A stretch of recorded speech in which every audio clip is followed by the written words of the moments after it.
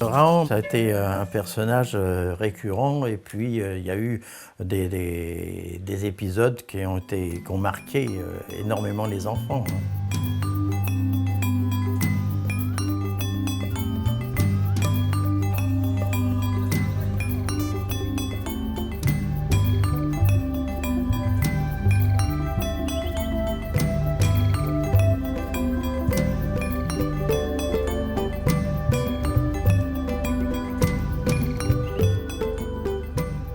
Le collier de griffes de Raon. Le t-shirt de Raon.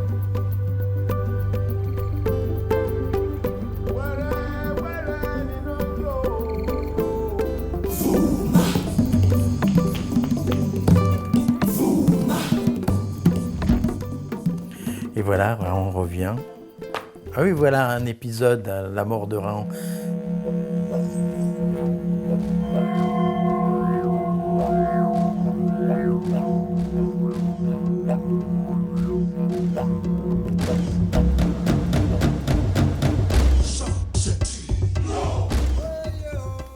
Voilà un numéro de pif qui a marqué les esprits et des générations entières.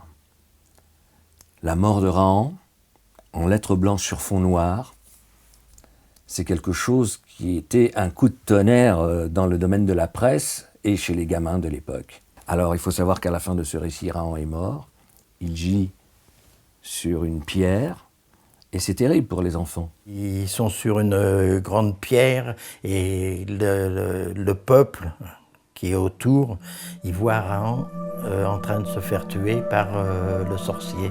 C'est Roger Lescureux qui avait eu l'idée d'entamer une histoire sur la drogue.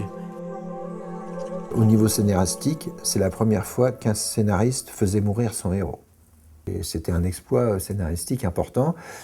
Ça a donné d'ailleurs une notoriété encore plus au personnage. Allô? Mon petit garçon, ça fait 2 jours qu'il pleure. La mort de Raon. C'est scandaleux. Il devait pas mourir. C'est dégoûtant. C'est trop violent. Il y a eu 800 lettres d'enfants qui ont écrit pour faire revivre Raon. Là, il y a eu une véritable réaction, beaucoup plus que sur la vie de famille de Raon ou sur le dinosaure qui était apparu dans une des histoires. Il y a eu des pétitions, il y a eu pas mal de choses. Là, les gens ne voulaient pas qu'il meure, hein. Comme quoi il y avait un attachement important au personnage. Et a marqué autant les enfants que les parents, à tel point qu'il s'est diffusé à des centaines de milliers d'exemplaires, frisant le million.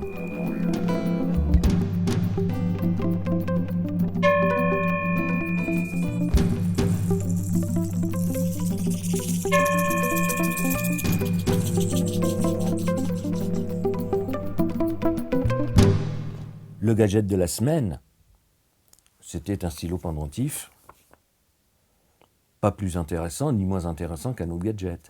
Mais il se trouve que l'annonce de la mort de Raon a été un véritable choc. 1 million d'exemplaires, c'est la preuve que le gadget n'est pas le seul support de vente. Le gadget, c'était la mort de Raon, voilà.